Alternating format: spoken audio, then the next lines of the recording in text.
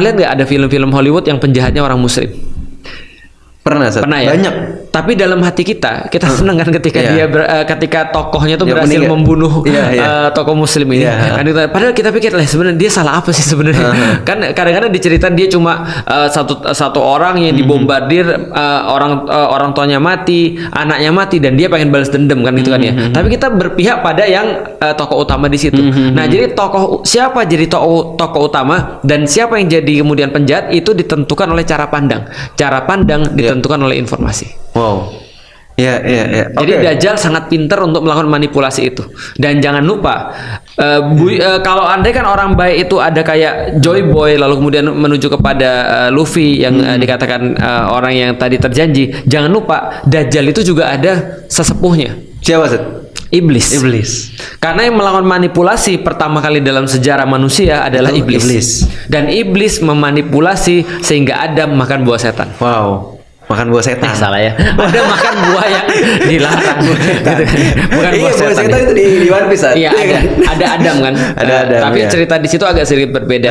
Karena kalau di kita adalah manipulasinya iblis itu adalah ketika iblis berhasil membuat Adam dan Hawa merasa bahwa buah ini jauh lebih penting daripada buah-buah yang lain. Ya. Jadi selain dia kemudian bisa mendehumanisasi, dia bisa melebih-lebihkan. Ya. Sehingga seolah-olah gini, pertanyaanku ketika aku baca itu adalah emang di sana nggak ada buah-buah yang lain? Ya. Kan pastinya ada.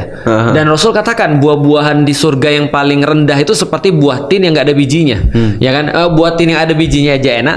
Apalagi buah tin yang nggak ada bijinya kan gitu. Dan literally jannah artinya adalah tempat yang ditumbuhi oleh pepohonan yang sangat rindang. Kebun. Lah kok bisa dan yang kita tahu ya pepohonan di surga semua berbuah. Ya. Ya kan? Pendek-pendek lagi. Ya pendek-pendek dan bisa diambil dengan tangan kan gitu kan ya. Nah, masa kemudian ada satu pohon out of nowhere itu jadi lebih bagus daripada pohon-pohon yang lain.